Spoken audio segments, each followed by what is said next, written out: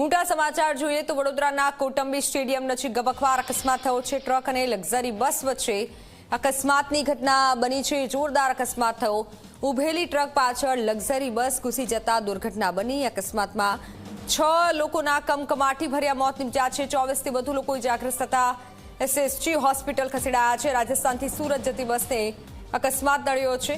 SDRF, NDRF અને ફાયરની રેસ્ક્યુની ટીમે રેસ્ક્યુની કામગીરી હાથ ધરી છે।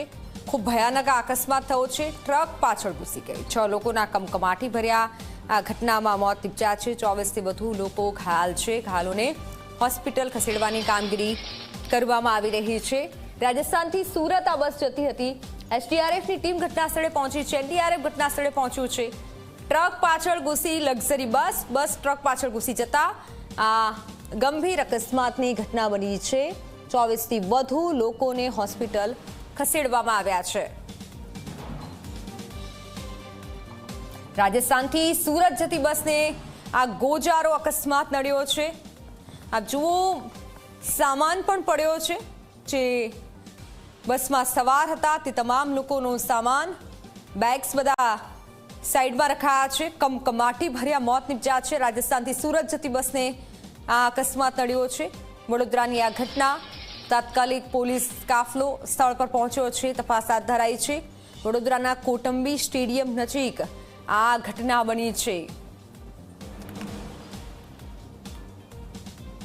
ઈજા પામેલાને સ્થળ પર જ જે નાની મોટી ઈજા થઈ હોય તો તેમને પ્રાથમિક સારવાર મળે તે પ્રકારની કામગીરી ચાલી રહી છે। ગંભીર રીતે ઘવાયેલા દર્દીઓને એસએસજી હોસ્પિટલના ઇમરજન્સી વિભાગમાં ટ્રોમા સેન્ટરમાં લવાયા છે અને તેમની ચોકસાઈપૂર્વકની સારવાર ચાલી રહી છે। આ 26 પૈકીના એક દર્દીની હાલત અત્યંત ગંભીર એટલે કે ક્રિટિકલ છે। તેને આઈસીયુમાં શિફ્ટ કરવા માટેની વ્યવસ્થા થઈ રહી છે।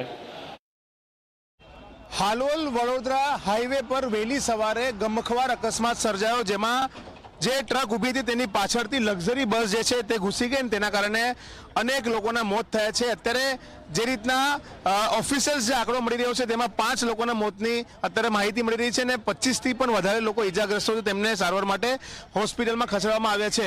આપ જોઈ શકો છો કે બસની જે હાલત છે, બસની જે આગળના ભાગનો જે આખો હિસ્સો છે કઈ રીતના ચગદાઈ ગયો છે અને કઈ રીતના એક્સિડન્ટ કેટલું ભીષણ હતું તે આ અકસ્માત પરથી લાગી રહ્યું છે। જે રીતના આ જે ટ્રક છે તે ટ્રક અહીંયા હાઈવે પર ઊભું હતું અને તેની પાછળ એકાએક જે બસ ડ્રાઈવર છે તે બસ લઈને ઘૂસી ગયો, જેના કારણે આ એક્સિડન્ટ થયો અને તેમાં અનેક લોકોના જે મોત થયા છે। હાલમાં જોઈ શકો છો કે આ તમામ જે સામાન છે જે ટ્રકમાં હતો તેને જેસીબીની મદદથી અહીંયા ખસેડવામાં આવી રહ્યો છે। એનડીઆરએફના જે જવાનો છે તે એનડીઆરએફના જવાનો પણ અહીંયા આવી પહોંચે। એનડીઆરએફની 2 ટુકડી, એસડીઆરએફ, પોલીસ, ફાયર બ્રિગેડ સહિત તમામ જે લોકો છે તે સવારથી અહીંયા આવ્યા અને તેમને રેસ્ક્યુની કામગીરી કરી।